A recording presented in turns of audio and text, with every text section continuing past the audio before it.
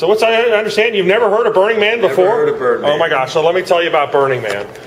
So there's this counterculture revolution out in the desert. It's been going on for 20 years now, 22, 25 years. So 1986 it started, and it started when this guy named David Harvey, what's the guy's name? I forget the guy's name already. Jesus Christ!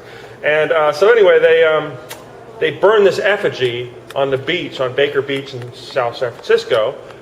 This 8-foot man, and they said, and they did it. He did it supposedly to basically get rid of an old relationship that wasn't working, or something like that, to burn, the effigy of her out of his life, or something. And so they said that originally it was 20 people, and then the crowd instantly doubled to 40 people, and that was the very first one. Now, last year I think there was 49,800 people showed up. Third largest city in Nevada during that week. Las Vegas number 1, Reno number 2. Oh my God. And if you ever seen Mad Max Beyond Thunderdome, where they're all these crazies, the government's fallen and they're all like trading in gasoline and propane and stuff. Well, that's exactly how this is, like times 10. And it's basically every misfit and every kind of just mutant, they're called, mutant people, mutant arts. And they work on what's called art cars, or mutant art, which is basically you just take an old Volkswagen or something, you convert it into some big dragonfly as you drive, it flaps wings and stuff. And so these guys have like whole machine shops and all sorts of stuff just at their disposal, and they just sit around all day, all year long, like preparing the next Burning Man thing. And then there's a Burning Man organization, and they put on the conference, or they put on the event out in the desert, and they lease the land from the BLM, and so there's like cops and sheriffs running around because it's like a public event, so they got all security and all that stuff, but it's on a BLM permit, and so the BLM gets a fraction of the ticket revenue. And then another fraction of a good size of ticket revenue actually goes to the Black Rock Arts Foundation, who, when I die, everything I own goes to the Black Rock Arts Foundation to support the artists. So then in 30, 50, 100 years from now, somebody can go and experience what I did like 10 weeks, 3 days, 16 hours ago at Burning Man. And I had like the first best night of my life, like September 3rd of this year, followed by the 2nd, 3rd, 4th, 5th, 6th best nights of my life, all in a row. Bam, bam, bam, bam. And then on Labor Day, I almost died, but we won't go there. You've already heard that story.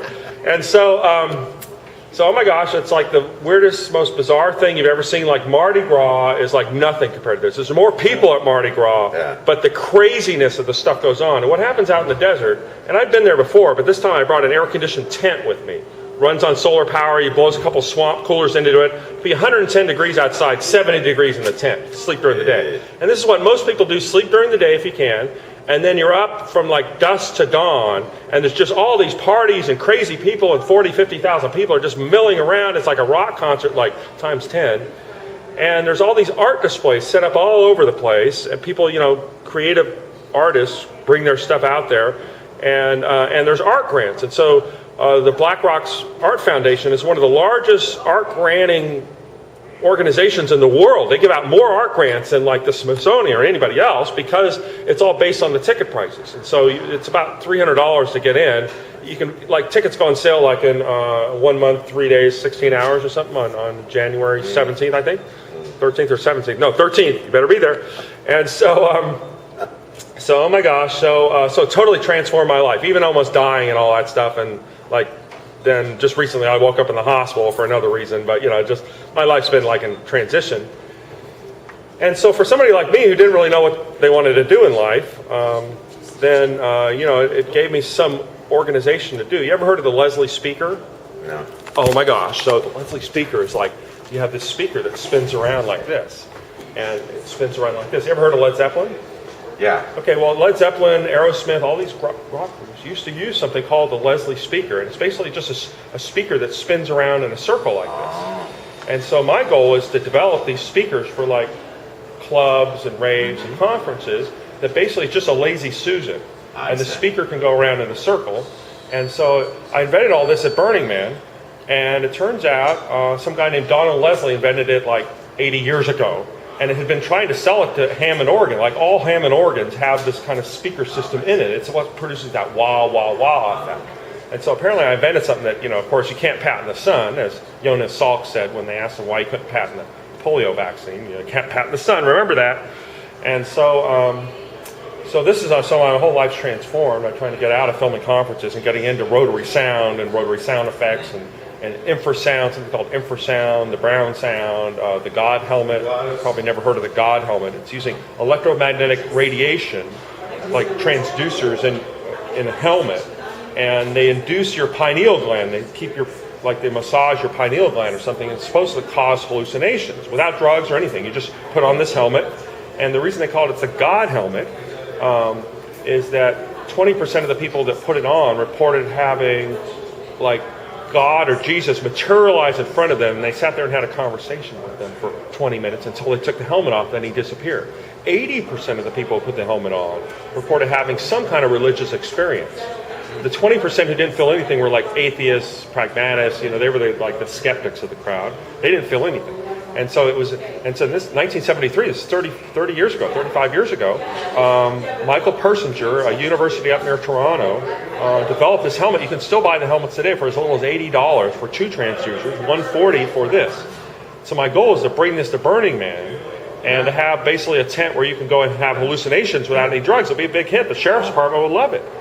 Note to self, Sheriff's Department, totally legal. Hallucinations without drugs. Can you imagine that?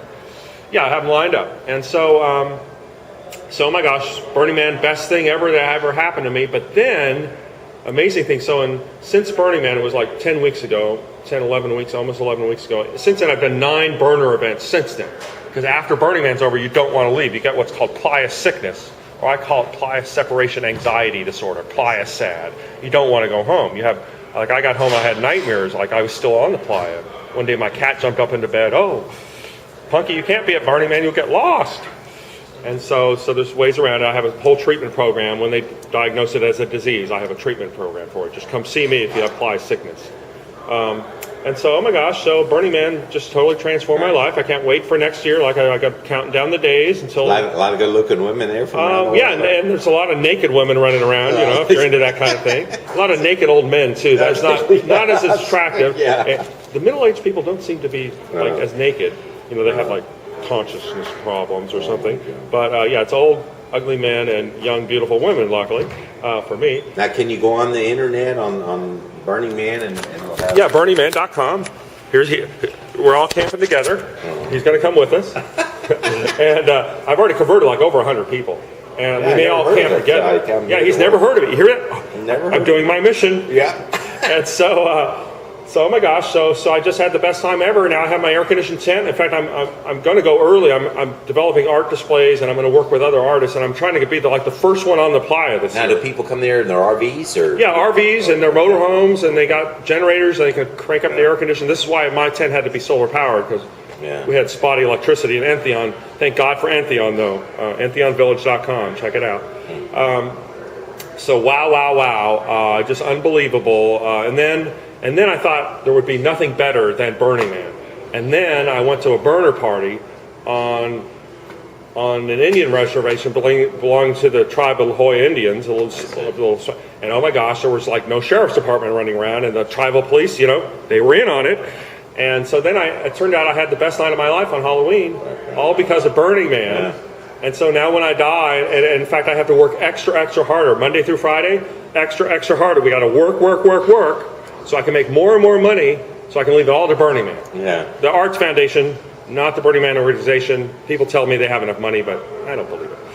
Anyway, so that's like totally transformed my life, and wow! I can't see on December 4th. I'm going to another burner party. When does that help Burning Man? What part of it's always the week before Labor Day. The Monday before Labor Day, they open up the gates at midnight, and people line up for miles. Oh my God. And then you go in, and then you stay there for a week, and then they burn the man like on Saturday night before Labor Day, and then they burn what's called the temple on Sunday night, the night before Labor Day. And actually at the temple, people have when I die, I'm having my ashes burned at the temple.